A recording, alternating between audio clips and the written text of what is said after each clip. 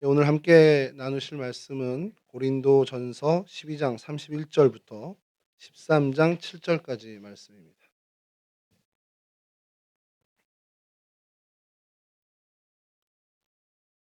예, 우리 앞에 화면에 있는데요. 저랑 한 절씩 교독하면서 읽도록 하겠습니다. 그러나 여러분은 더 큰 은사를 열심히 구하십시오. 이제 내가 가장 좋은 길을 여러분에게 보여드리겠습니다. 내가 사람의 모든 말과 천사의 말을 할 수 있을지라도 내가 사람의 어떤 울리는 종이나 요란한 꽹과리가 될 뿐입니다. 내가 예언하는 능력을 가지고 있을지라도 또 모든 비밀과 모든 지식을 가지고 있을지라도 또 산을 옮길 만한 모든 믿음을 가지고 있을지라도 사랑이 없으면 아무것도 아닙니다. 내가 모든 소유를 나누어 줄지라도 내가 사람 삼아 내 몸을 넘겨줄지라도 사랑이 없으면 내게는 아무런 이로움이 없습니다. 사랑은 오래 참고 친절합니다. 사랑은 시기하지 않으며 뽐내지 않으며 교만하지 않습니다. 사랑은 무례하지 아니하며 자기 이익을 구하지 않으며 성을 내지 않으며 원한을 품지 않습니다. 사랑은 불의를 기뻐하지 않으며 진리와 함께 기뻐합니다. 사랑은 모든 것을 덮어주며 모든 것을 믿으며 모든 것을 바라며 모든 것을 견딥니다. 아멘. 아멘. 예, 우리 아주 잘 아는 말씀이죠. 우리 고린도전서 13장에는 사랑장이라고도 표현되고 있는 사랑에 대한 이야기인데 오늘 요 사랑을 주제로 해서 좀 잠깐 아주 짧게 좀 말씀을 나누려고 합니다. 어 여러분 그 교육이란 말이 우리한테 일상에 굉장히 많이 이제 듣게 되는 얘기고 또 이걸 뭐 좀 쪼끔은 좀 달리 얘기해서 결이 좀 다르면 양육이란 말도 좀 저희가 많이 듣게 되는데 교육은 뭐 한자로 쓰면 가르칠 교의 기를 육해서 뭐 지식이 됐던 아니면 그 인성이 됐던 기술이 됐던 그것을 가르쳐서 길러내는 걸 이제 교육이라고 합니다. 양육도 뭐 같은 뜻이긴 해요. 기를 양자, 기를 육자를 씁니다. 그래서 그럼 이 교육하고 양육이 뭐가 다를까라고 해서 여러 이제 사전을 좀 찾아보는데 사전적인 의미는 거의 같습니다. 그래서 요즘 제가 챗GPT에게 자주 물어보는데 물어봤더니 챗GPT는 이제 여러 웹 자료들을 이제 해서 하잖아요. 그래서 거기서 나온 것이 뭐냐면 기술이나 인성이나 이런 것들에서 가르쳐 기르게 하는 그러니까 약간의 외적인 어떤 그런 것들을 갖추게 하는 것이 교육의 그 쓰임이 많고 양육 같은 경우는 이제 어떤 이 사람의 돌봄 쪽에 가까운 이제 성격을 가진 단어라는 거예요. 그래서 이제 교육과 양육을 뭐 그렇게 좀 구별을 하는데 성경에서의 어떤 이 기르는 것, 이제 목자이신 주님께서 우리를 기르고 돌보시는 것들은 교육이 됐든 양육이 됐든 그냥 구분 없이 쓸 수 있는 얘기가 되겠다 싶더라고요. 그래서 오늘 그 부분에 대해서 좀 얘기를 하려고 해요. 그러니까 서로에게 영향을 주는 그래서 저 사람이 나로 인해서 성장하게 되고 나도 저 사람으로 인해서 성장하고 성숙하게 되는 그 얘기를 좀 하고 싶은 겁니다. 이 얘기를 하게 된 이유는 우리가 올해 저희 교회 표가 뭡니까? 여기 조그맣게 써 있긴 한데 예. 순례자는 서로의 얼굴을 빛나게 합니다. 중고등부가 요 플랜카드 이 현수막 요걸 해 놔서 와이프 위드 로드라고 해놔 가지고 그냥 단순하게 '주님이랑 같이 청소를 하나?' 이런 생각을 했어요. 근데 이제 제 와이프가 뭐 이게 딱 다니까 광내다라는 표현을 쓸 때도 이 와이프를 쓰니까 '아 이제 서로 이렇게 주님과 함께 얼굴을 이렇게 막 빛내게 하는 그 얘기를 한 거구나.' 그래서 우리 성빈 전도사님이 센스 있게 이렇게 하셔 가지고 저를 한두 번 생각하게 했습니다. 여러분 서로가 올 한 해 우리가 우리 공동체 안에서 서로가 서로를 빛나게 한다는 게 이제 사실은 뭐 얼굴빛이 빛나게 한다라기보다는 서로 영향을 주고받아서 우리가 주님 안에서 조금씩 자라나는 것을 우리가 목표로 삼고 있는 겁니다. 그 차원에서 오늘 말씀을 제가 아주 짧게 좀 나누고자 하는데 기독교 경전인 성경 안에서 가장 많은 영향력을 준 인물을 찾으면 그건 당연히 우리 예수님일 겁니다. 예수님이 많은 사람들을 만나고 특별히 이제 제자들을 세워서 그들과 한 3 년의 공생애를 사시는 동안에 이 제자들을 정말 성숙시키셨죠. 많이 성장시키셨습니다. 그래서 많은 교육학자들이 예수님의 이 교육 방법론 이것을 좀 찾아보기도 해요. 그래서 그런 자료들을 좀 찾아보면 재미난 것이 예수님이 기본적으로 가지셨던 어떤 기본적인 교육자로서의 그러니까 서로 그러니까 자라나게 하는 양육자로서의 그 예수님의 모습을 살펴보는데 예수님은 "넌 안 돼." 이런 얘기는 안 하셨다는 거예요. 그래서 저도 성경을 좀 찾아보니까 예수님 제자들을 향해서 그렇게 부정적인 얘기를 하신 게 별로 없는 겁니다. 근데 어때요? 우리는 서로에게 우리 학교 교육을 이 한국에서 학교 교육을 다닌 대부분은 어 점수를 받죠. 무슨 과목을 공부를 하든지 이제 점수를 받고 제가 어렸을 때는 수, 미, 양, 가 이런 식으로 또 하기도 했고 요즘은 뭐 점수 해 가지고 백분율 이렇게 나누기도 하는데 유대교 같은 게 유대 사람들의 그 장점 중에 하나는 이제 우리로 치면 초등학교죠. 거기에 이 아이의 수학 이제 산수나 수학을 시험을 봤단 말이에요. 그러면은 문제 틀리고 맞고 이렇게 쭉 한 다음에 우리는 뭐 10개 중에 1개 틀리면 90점 이렇게 해서 점수를 쓰잖아요. 아니면 수 이렇게 쓰는데 그렇게 안 하고 이렇게 그러니까 이 친구가 이 계산식을 10 문제를 푼 걸 보니 '아 요런 데는 장점이 있고 요런 데는 단점이 있습니다.' 요런 식으로 기술을 한다는 거예요 성적표가. 그러니까 예를 들어서 '이 아이는 곱셈의 경우 두 자리 숫자까지는 자유자재로 다룰 줄 압니다.' 이런 식으로 이제 학교 성적을 내는 거예요. 뭐 아니면 뭐 '이 아이는 나누기의 경우 세 자리 숫자까지도 다룰 줄 압니다.' 그러니까 이런 식으로 이제 쓰는 거죠. 그러니까 이 친구가 잘하는 것들을 찾아서 이 친구 수학 문제를 쭉 풀어 봤더니 이건 잘 못해요. 근데 그거는 잘 언급 안 하고 '이 친구는 요걸 잘하네요.' 뭐 국어도 그렇고 이제 다른 사회나 무슨 과목들 다 그렇게 이제 평가를 해 주는 겁니다. 이게 유대인들이 주로 가졌던 어떤 그런 교육의 방법들인데 예수님도 크게 다르지 않았다라는 거예요. 예수님도 제자들과 생활을 하면서 "야 너 또 실수했어? 그래 네가 그래서 안 되는 거야." 이런 얘기를 안 했다는 거죠. 제가 오늘 말씀을 준비하면서 굉장히 많이 반성을 했습니다. 제가 저희 아들한테 제일 많이 하는 말이 "너 그러니까 안 돼." 이 얘기를 제일 많이 했거든요. 그러니까 이런 얘기를 주님은 안 하셨다라는 거예요. 그러니까 이게 첫 번째 그 교육학자들이 예수님의 어떤 그 양육이나 교육자로서의 어떤 모습에서 찾아낸 한 가지 모습이고 두 번째의 모습은 언성을 높이지 않으셨다라는 겁니다. 이 언성을 높이지 않을 건 단순히 소리를 안 질렀다라는 게 아니라 그 상대에게 내 감정을 그렇게 동요하게끔 감정을 싫지 않았다라는 거예요. 이 얘기는 저를 또 반성하게 만들죠. 저는 늘 감정을 섞어서 말을 했으니까 저희 아이에게. 근데 이게 왜 중요하냐면 서로가 영향을 주고받는 관계에서는요. 이 감정이 격해지고 감정이 실리게 되면 그 감정을 고스란히 받게 되는 사람은 마음을 닫아 버리는 겁니다. 그러니까 그 이후로는 그 사람의 어떤 얘기도 내가 듣지 않게 된다는 거예요. 근데 여러분들도 그런 경험이 있을 거예요.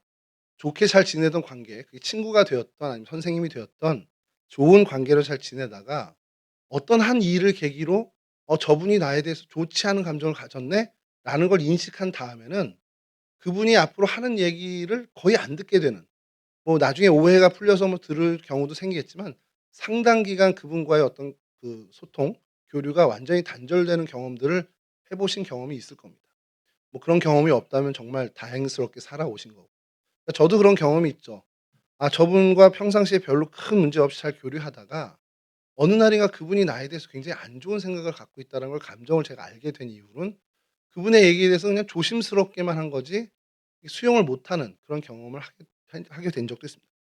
이런 어떤 서로 성장하고 서로 영향을 주는 그 관계에서 이 감정이 격해지는 것만큼 독이 되는 요소가 없다라는 거예요. 굉장히 독이 되는 요소라는 거죠. 그리고 세 번째로 이건 정말 중요한 것 중에 하나인데 이건 뭐 어느 교육자에게도 다 나타나지만 주님께서 이제 3 년여 동안 이 제자들과 같이 생활하면서 많은 하나님 나라의 복음을 가르쳤잖아요. 근데 예수님께서는 그 제자들을 향해서 당장의 어떤 성과를 기대하지 않으셨다라는 겁니다. 이게 굉장히 중요한 거예요. 여러분들도 친구들이 있고 서로 관계에서 선한 어떤 좋은 관계의 친구들이 있는데 여러분들이 그 친구에 대해서 아니면 그 뭐 교회 학교 교사로 계신다면 제자들이게 되겠지만 그 대상에 대해서 기대하는 바가 있을 겁니다. '내가 이 정도로 베풀었으면 내가 이 정도로 이야기했으면 얘는 한 이 정도 돼야 되지 않을까.'라는 기대가 있는데 그 기대는 늘 우린 경험했지만 여실히 좀 깨지는 경우가 많죠. 제가 자꾸 저희 아들 얘기를 해서 죄송한데 저희 아들이 지금 고3 인데 이제 고3이 되는 거죠. 얼마나 많은 정성을 들였겠습니까? 또 얼마나 많은 살아가는 이야기를 얘기했겠습니까? 그리고 "야 세상은 이렇게 사는 게 지혜로운 거야."라는 얘기를 얼마나 많이 했겠어요. 그 정도 제가 얘기를 했으면 '아 얘가 이 정도는 생각을 갖춘 애가 되겠구나.'라는 기대를 할 거 아니에요. 절대 아닙니다. 그 기대와는 전혀 다른 모습을 지금도 갖고 있거든요. 그러니까 그거를 기대하지 않으신 게 주님이라는 거예요. 그러니까 오늘 저희들도 마찬가지로 이게 뭐 교육자, 피교육자 차이가 아니라 내 친구들과의 관계에서도 마찬가지예요. 내가 내 친구한테 이런 정도 내가 정성을 들였고 내가 이렇게 얘 친구에 대해서 정말 많은 사랑을 베풀었으면 '아 얘는 이 정도로 나를 생각하겠지.'라는 기대가 생길 거예요. 근데 그게 당장에 이루어지지 않을 수 있다라는 걸 우리는 늘 생각해야 된다는 겁니다. 그러니까 그런 어떤 모습들 바른 당장의 열매를 요구하지 않는 모습이 주님께 있었다는 것이죠. 그리고 또 하나 이제 이거는 좀 어려운 얘기일 수 있겠는데 주님은 오는 누구든 거부하지 않고 맞이하셨다는 거예요. 그 사람이 죄인이건 세리이건 창기이건 구분 없이 주님께 다가오는 모든 사람을 다 수용했다는 겁니다. 여러분들 교우 관계, 친구들이나 여러분 주변에 많은 사람들 물론 이제 여러분들도 '아 나 너랑 정말 좋은 관계 되고 싶어. 나 너랑 친구하고 싶어.' 했을 때는 뭐 받아들이겠죠. 근데 여러분들 나름대로 기준이 있을 거예요. 그렇게 하다가도 '아 쟤는 나랑 이게 좀 안 맞네. 쟤는 나랑' 근데 그런 부분에 있어서 주님은 정말 어떤 벽 없이 어떤 허들 없이 이렇게 다가오는 친구들 다 수용했다는 거예요. 그래서 이것을 이제 교육학자들이 예수님의 이런 교육의 양육의 모습을 보면서 이렇게 쭉 정리를 했단 말이죠. 근데 이거를 이제 많은 목회자라들이나 신앙에 대해서 언급하는 분들은 '아 그래. 왜 예수님이 그런 교육자의 모습을 가졌는지 그런 어떤 양육자의 모습을 가졌는지 이유는 명확한 거예요. 왜 그러냐? 사람에 대한 사랑이 있으셨기 때문에 그렇다.' 그러니까 여러분 이게요. 내가 저 사람에 대해서 낮게 평가하는 그러니까 부정적으로 생각하지 않는다. 또 감정을 싫지 않는다. 또 어떤 당장의 열매를 요구하지 않는다. 그리고 누구든지 다 수용한다. 이런 성품을 가질 수 있는 근본적인 이유는 그 대상을 사랑하기 때문에 가능하다라는 겁니다. 사랑하지 않는다면 이 모든 어떤 교육자의 모습을 갖출 수 없다라는 거죠. 근데 가능한 것이 예수님은 뭐 인간에 대한 사랑은 뭐 출중하실 정도가 아니라 그 사랑 그 자체셨잖아요. 어느 정도 사람을 사랑하셨습니까? 우리 예수님이. 사람을 살리기 위해 자신의 목숨을 내어 주실 정도로 사랑하신 분. 그러니까 그 사랑이 그 사랑 자체시기 때문에 이와 같은 모습을 가지셨다라는 거죠. 자 그런 주님이 우리에게 얘기하시는 게 있어요. 우리에게 서로 우리 관계 속에서 내가 사람과 사람 사이의 관계에 있어서 이런 모습을 좀 가지라는 것이 주님이 우리에게 요구하시는 모습입니다. 내가 저 사람에 대해서 부정적인 생각, 부정적인 평가를 좀 하지 않도록. 그리고 내가 저 사람에 대해서 감정이 격해지는 격한 감정을 그에게 쏟아내지 않는 그러한 모습으로 살라고. 또 당장의 어떤 열매를 기대하는 내 기대를 너무 높여서 당장 저 사람이 나에게 이 정도는 해 줘야지 하는 그 기대를 조금은 좀 낮추거나 미루라는 것을 얘기하십니다.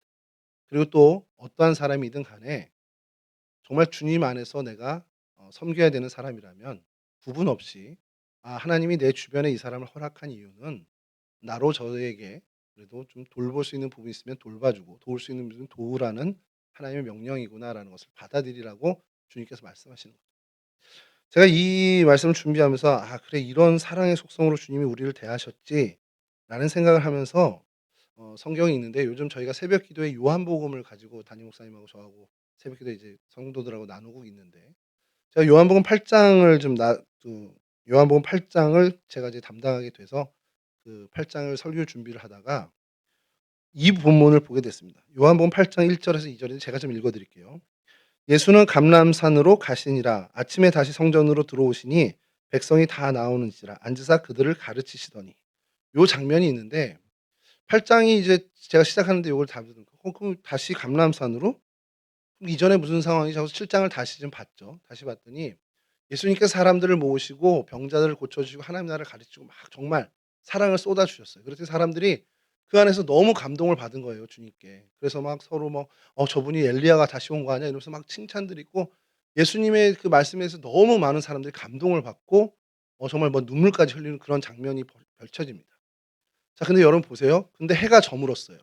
그리고 각자 다 각자의 집으로 돌아갔다고 성경에서 이야기합니다. 근데 제가 언뜻 '이게 뭐지?'라고 싶은 게 뭐였냐면 지금 예수님이 말씀하시고 정말 선한 말 그래서 내가 너무 감동받고 이랬단 말이에요. 근데 예수님은 거기가 고향도 아니고 집도 없는 곳이잖아요. 그럼 그날 밤에 예수님은 노숙을 해야 되는 상황입니다, 현재. 그럼 그 사람 많은 사람들이 다 알고 정말 예수님이 그렇게 놀라운 사랑을 베풀어 주신 것을 기억했는데 어느 한 사람도 자기 집으로 초대하는 사람이 없었어요. 그래서 제가 쪼끔은 좀 그런 거죠. '예수님 되게 서운하셨겠다.' 근데 예수님이 그렇게 감람산으로 다시 가셨다가 아침에 다시 성전으로 오신 겁니다. 성전으로 오시니까 또 그 사람들이 다시 또 예수님을 만나러 올라온 거예요. 그러면 그때쯤 예수님이 "야 니네 나한테 이렇게 대하고도 또 올라왔어? 뭘 바라고 올라온 거야?" 이렇게 얘기하실 법도 한데 예수님은 그렇지 않고 그들에게 또 여전히 사랑을 베푸시면서 가르치셨다는 거예요. 야 이 진 주님이 정말 서운한 마음으로 한마디 하셨어도 뭐 크게 이상하지 않을 텐데 어떻게 이런 모습을 가졌을까? 말씀드린 것처럼 주님이 그 정도로 이 사람에 대한 사랑이 출중하셨고 사랑 그 자체셨다라는 것을 반증해 주는 거예요. 그러면 주님께서 아까 말씀드린 교육자로서의 어떤 그 네 가지 모습들 그런 모습을 가졌는데 이게 사실은 사람과 사람 사이에 교제가 됐던 아니면 소통이 됐던 교육이 됐던 양육이 됐던 그 모든 관계에서 기본적으로 가져야 하는 태도라는 겁니다. 그러니까 나만 그런 태도를 갖는 게 아니라 상대도 그런 태도를 가져야 된다는 거죠. 서로 부정적인 거 얘기 안 하는. 이렇게 부정적으로 평가하지 않는 거죠. 그러니까 립 서비스로 저 사람의 단점을 얘기 안 해야지 이게 아니라 그냥 저 사람의 장점을 자연스럽게 찾게 되는 겁니다. 그런 눈을 갖게 되는 거예요. 그리고 저 사람을 사랑하는 나머지 그냥 뭘 실수를 할 수 있겠죠. 그래도 감정이 격해져서 감정을 쏟아내지 않게 되는 거라는 거죠. 근데 그런 모습들을 좀 갖게 되는 거죠. 그리고 많은 기대를 하는 거 아니에요.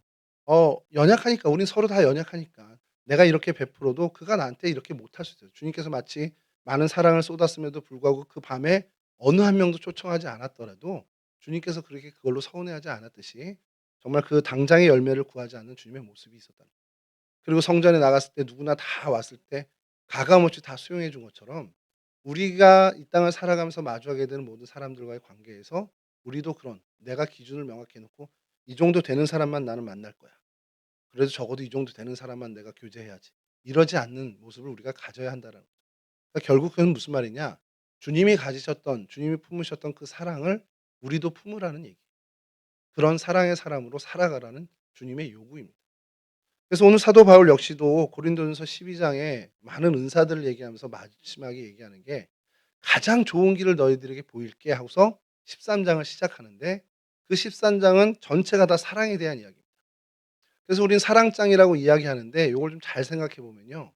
고린도전서 12 장에서 사도 바울이 교회에 유익을 주는 많은 은사들을 얘기해요. 방언의 은사, 예언의 은사, 많은 은사들을 얘기하면서 이것이 얼만큼 우리에게 유익이 되냐라는 걸 설명하다가 이 은사들이 다 있는데 그런데 "가장 좋은 은사를 너에게 얘기해 줄게." 하면서 사랑에 대해서 얘기해요.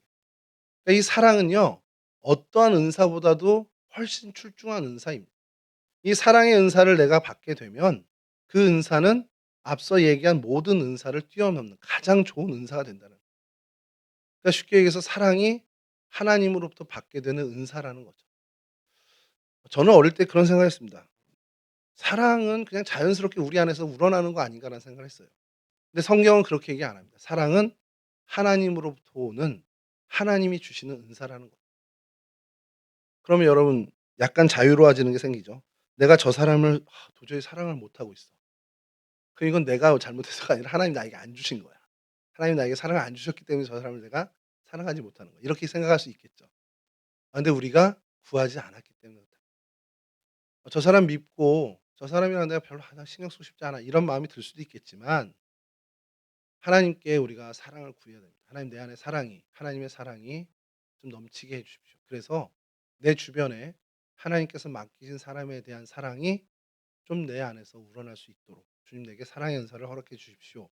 이 기도가 우리의 기도가 돼야 된다라는 겁니다. 그 사랑의 사람이 됐을 때 우리가 주님께서 주변에 많은 제자들을 포함한 많은 사람들을 선하게 영향력을 끼치면서 자라나게 하신 것처럼 우리가 사랑의 사람이 될 때에만 하나님이 우리를 사용하셔서 우리 주변에 있는 많은 이들을 선한 사람들로 바꿔 가시는 그런 도구로 우리의 인생을 사용하신다는 거죠. 저는 바라는 것은 이 자리에 함께한 모든 우리 청년들 한 사람 한 사람이 좀 하나님으로부터 쓰임 받는 인생이 되었으면 좋겠어요. 그렇게 하나님으로부터 쓰임 받는 인생이 돼서 여러분들의 인생을 통해서 하나님이 영광 받으시고 여러분들의 그 삶을 통해서 하나님이 기쁨을 얻으시는 그러한 진짜 멋진 삶을 살았으면 좋겠습니다. 그러기 위해서 여러분들이 이 사랑의 은사에 대해서 욕심을 좀 냈으면 좋겠어요.